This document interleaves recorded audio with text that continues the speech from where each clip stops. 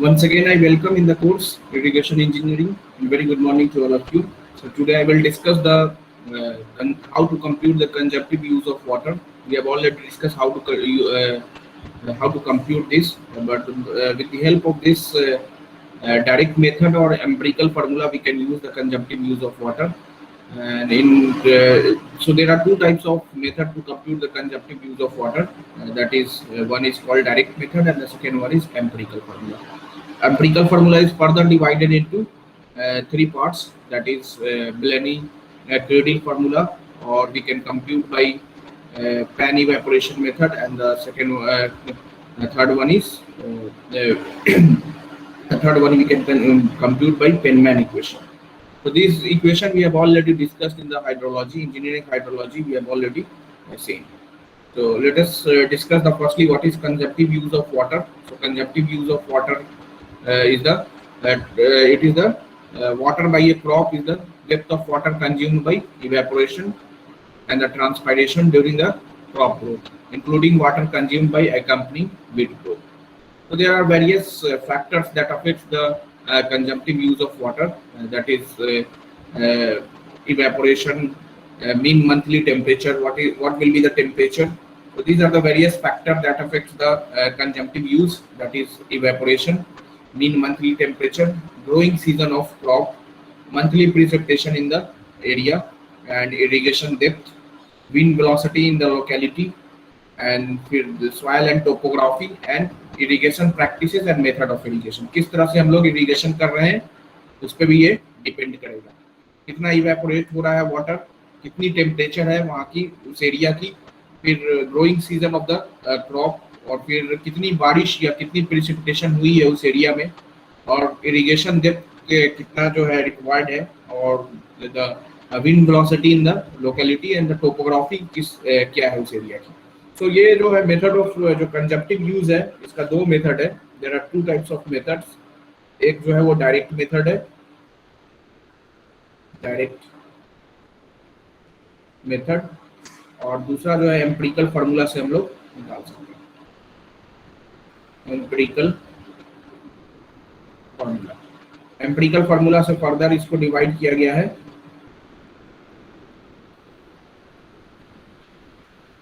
Cradle formula के बाद है आपका पेनमैन इक्वेशन. पेनमैन इक्वेशन, और फिर आप निकाल सकते हो क्लास ए पैन इवेपोरेशन मेथड. तो आज हम लोग जो डिस्कस करेंगे वो एम्पिरिकल फार्मूला, बिकॉज ये तीनों जो है बहुत ज़्यादा इम्पोर्टेंट है. तो एम्पिरिकल फार्मूला जो सबसे पहले हम लोग डिस्कस करेंगे, इससे कैसे कंजम्पटिव यूज निकालते हैं. एम्पिरिकल फार्मूला, एम्पिरिकल फार्मूला में सबसे पहले जो हम लोग डिस्कस करेंगे that is Blaney Criddle formula. ब्लेनी-क्रीडल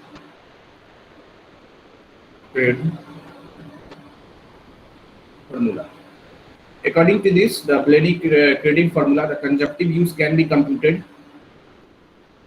Monthly conjunctive use can be computed. K into P divided by 40, 1.8 T plus 32. So as I told you, ये empirical formula है. तो ये जो होगा आपका conjunctive use जो है monthly हम लोग निकाल लेंगे. और we can write Cu is equal to K into ये P by 40 into 1.8 plus T को हम लोग F भी लिखते हैं. Where F is equal to P divided by 40, 1.8 T plus 32. अब पहले जान लेते हैं ये है क्या, उसके बाद हम लोग टोटल कंजम्पटिव पूरे इंटायर सीजन के लिए अगर निकाला जाए कंजम्पटिव यूज, ये तो मंथली हमने निकाला है. तो यहाँ पे अगर लिखा जाए Cu क्या है, यहाँ पे Cu जो है वो कंजम्पटिव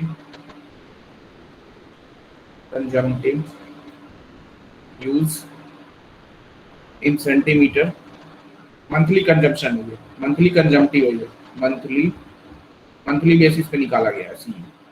उसी तरह हमारा जो के है वो के को बोला जाता है क्रॉप फैक्टर, के को जो बोला जाता है क्रॉप फैक्टर, जो कि एक्सपेरिमेंट के can be computed by experiment for the individual crop के लिए हम लोग ये निकालेंगे, जो डिपेंड करेगा आपका एनवायरमेंटल कंडीशन पे।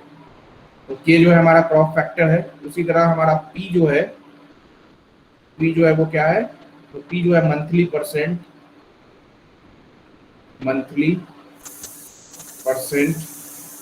Of annual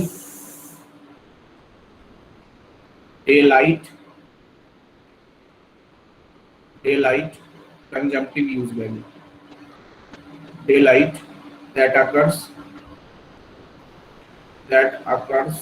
during the period,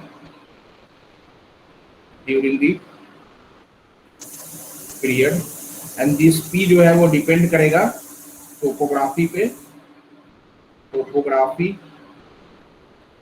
latitude पे डिपेंड करेगा वहां पे उस एरिया पे। उसी तरह हमारे पास T जो है वो क्या है, एवरेज मंथली टेम्परेचर। तो T जो है हमारा क्या है, mean monthly temperature in degree centigrade. तो डिग्री सेंटीग्रेड में हम निकालेंगे। तो टोटल कंजम्पटिव यूज अगर हमें निकालना है, total consumptive use for the entire season, हमें क्या करना होगा, capital C U is equal to K into summation of F.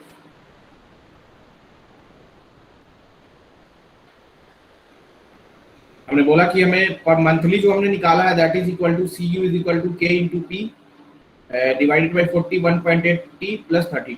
फिर मैंने बोला कि के जो है हमारा क्रॉप फैक्टर है, जो एक्सपेरिमेंट के थ्रू निकाला जाएगा, जो डिपेंड करेगा एनवायरमेंटल कंडीशन पे। और जो हमारा जो टी जो है वो मीन जो हमारा टेम्परेचर है। और यहाँ से तो ये जो है हमारा पर ये जो सी कंजम्पटिव यूज है वो मंथली हमने निकाला है क्रॉप का। पूरे इंटायर सीजन के लिए जो हम लोग निकालने होगा तो क्या होगा, क्रॉप फैक्टर जो होगा, यानी को इसको क्या लिखा जा सकता है, KF1 plus KF2 for different crops के लिए। और पूरे सीजन के लिए जो क्या हो जाएगा, फॉर डिफरेंट मंथ्स के लिए। लेटेस्ट एज्यूम कि आप जनवरी नवंबर के लिए आपने CU1 निकाला, दिसंबर के लिए निकाला, जनवरी के लिए निकाला, फरवरी के लिए निकाला।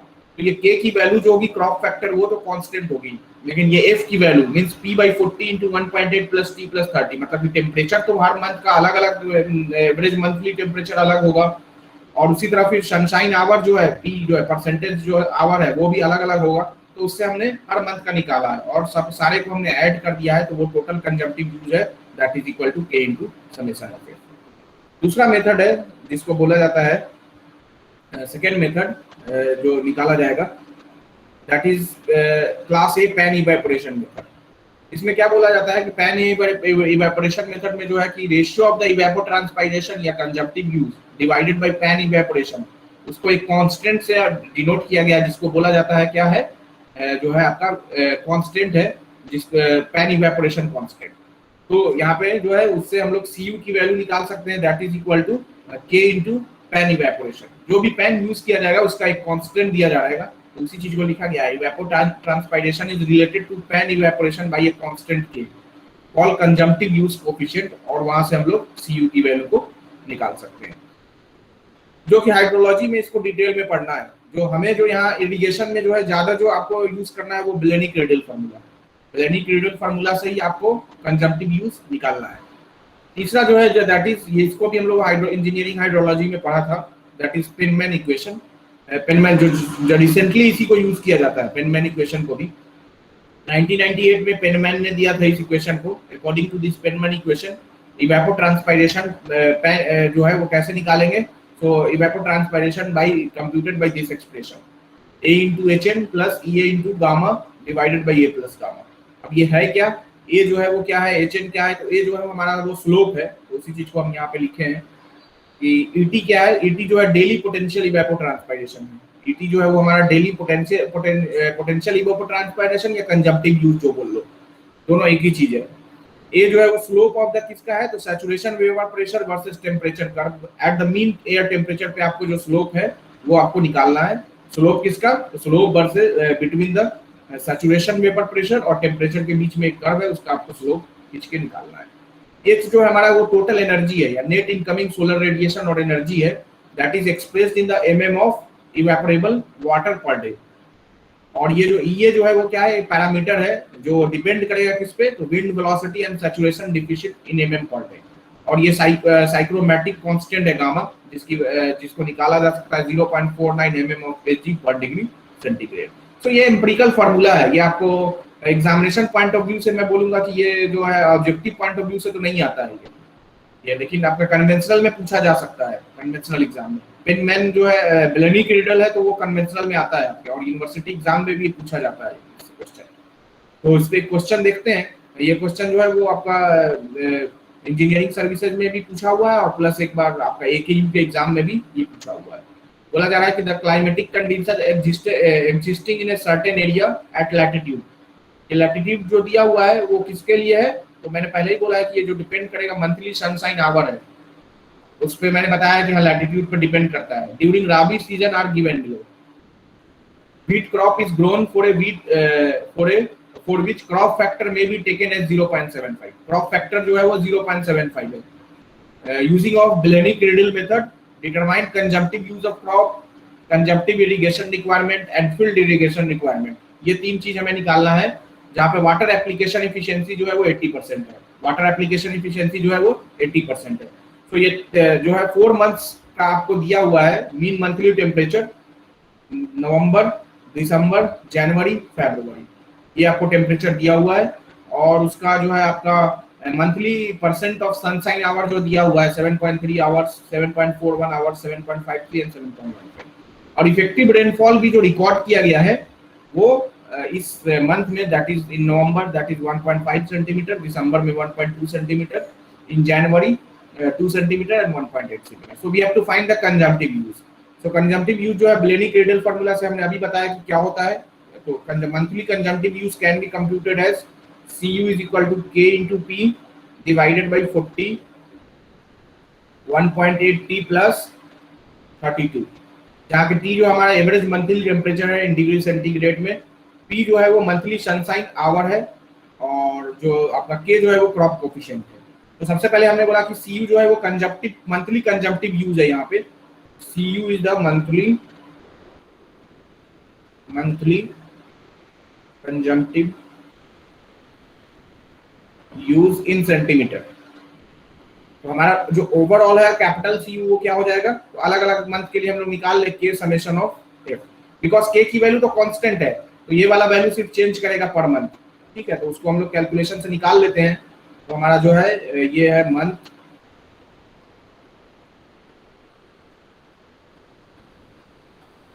और क्या क्या दिया हुआ है, तो उसके बाद आपका दिया हुआ है मीन मंथली टेम्परेचर, T की वैल्यू दी हुई है T इन डिग्री सेंटीग्रेड, उसके बाद P की वैल्यू दी हुई है आवर में, और उसके बाद आपका जो है इफेक्टिव रेनफॉल दिया हुआ है RE। तो हम यहाँ पे F की वैल्यू निकाल रहे हैं। F क्या है हमारा, तो F is equal to P by 40, 1.8 T plus 32। सबसे पहले इसके वैल्यू को हम लोग निकाल रहे हैं।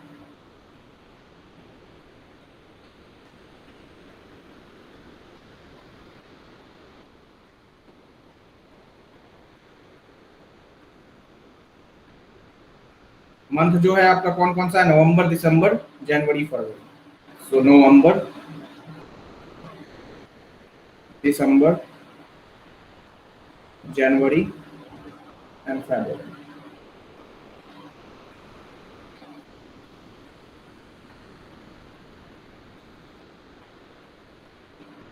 नवंबर में जो टेम्परेचर है दैट इज 1915, तो 19 degree centigrade, 15 degree centigrade, 13 and 14 degree centigrade. इसी तरह आपका जो सनशाइन आवर है, जो monthly percent of sunshine hour है that is 7.31, 7.39 sorry, it is 7.39।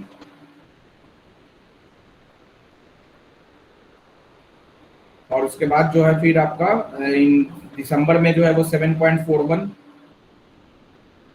7.41, जनवरी में जो है वो 7.53, 7.53, और फिर आपका फरवरी में जो है वो 7.15, 7.15।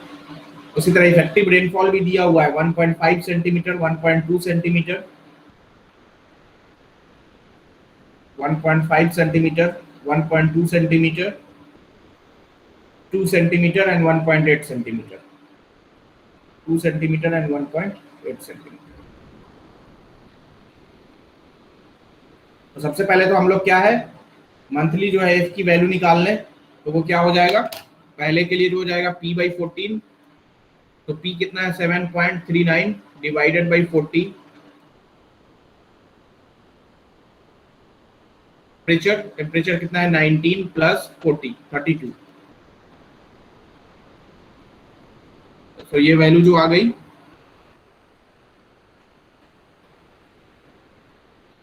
P की वैल्यू जो है पहले के लिए जो आ गया दैट इज 12.23, 12.23। उसी तरह दूसरे के लिए अब जब निकाला जाए दिसंबर मंथ के लिए तो कितनी हो जाएगी 7.41, 7.41 इंटू 1.8 इंटू टेम्परेचर जो है अब कितनी है 15 डिग्री सेंटीग्रेड। ये वैल्यू कितनी हो गई 10.93, 10.93। उसी तरह जनवरी मंथ के लिए टेम्परेचर कितना है, सॉरी जो पी की वैल्यू है दैट इज 7.53, 7.53 इंटू 1.8 इंटू यहाँ पे जो टेम्परेचर है वो 13 डिग्री सेंटीग्रेड है, तो दिस वैल्यू इज 10.43, 10.43। और लास्ट जो फरवरी मंथ के लिए वो कितनी है, तो एवरेज सनशाइन आवर जो मंथली का है वो दैट इज 7.15, 7.15 इंटू 1.8 इंटू 14, तो ये वैल्यू जो है वो 10.22। तो पूरा समेशन ऑफ एफ निकाल लीजिए कितना हो रहा है, summation of F that is equal to 12.23 plus 10.93 plus 10.43 plus 10.22। तो ये वैल्यू जो आ रही है दैट इज 43.81, 43.81। उसी तरह हमारा जो इफेक्टिव रेनफॉल है उसकी वैल्यू को हम लोग निकाल लें तो कितना होगा 1.5 प्लस 1.2 प्लस 2 प्लस 1.8। ये वैल्यू जो आ गई दैट इज 6.5 सेंटीमीटर, 6.5 सेंटीमीटर। तो जो ओवरऑल कंजम्पटिव यूज है वो क्या होगा, ओवरऑल कंजम्पटिव जो सीजन इंटायर सीजन के लिए that is equal to K into summation of F. Summation of F की वैल्यू हमने निकाल लिया और के जो है crop factor that is equal to 0.75, तो 0.75 इंटू दिस वैल्यू इज 43.81, 43.81। तो ये जो कंजम्पटिव यूज आ गया आपका 0.75 इंटू 43.81, तो this value is coming 32.86 centimetre. ये तो आपका कंजम्पटिव यूज था। पहला क्वेश्चन तो यही पूछा जा रहा था, using of Blaney Criddle method determine the consumptive use of crop.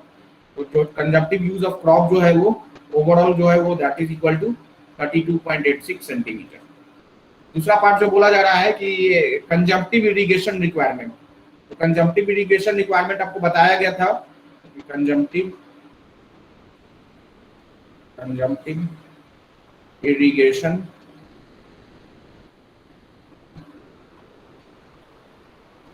Requirement CIR वो क्या था हमारा, consumptive use minus effective rainfall. तो कंजम्पटिव यूज कितना है 32.86 माइनस इफेक्टिव रेनफॉल कितना है 6.5 सेंटीमीटर, तो 6.5 सेंटीमीटर। तो this value is 32.86 minus 6.5, so this value is coming to 26.36 centimetre. अब हमें क्या निकालना है, तो ये दूसरा पार्ट हो गया कि क्या है consumptive irrigation requirement and field irrigation requirement. तो फील्ड इरिगेशन रिक्वायरमेंट क्या हो जाएगा, तीसरा पार्ट जो है वो हमारा field irrigation requirement, field irrigation requirement, that is equal to net irrigation requirement divided by water application efficiency. अब नेट इरिगेशन रिक्वायरमेंट क्या बोला गया था? Net irrigation requirement that is equal to consumptive irrigation requirement plus leaching requirement plus other losses. तो ये सब तो कुछ दिया नहीं हुआ, मतलब नेट इरिगेशन रिक्वायरमेंट जो होगा that is equal to consumptive irrigation requirement. तो यहाँ पे क्या हो गया? That is equal to 26.36 centimetre, 26.36 centimetre water. तो ये हमने निकाल लिया 26.36. उसके बाद क्या है? तो यहाँ से आप फील्ड इरिगेशन रिक्वायरमेंट निकाल लीजिए. Field irrigation requirement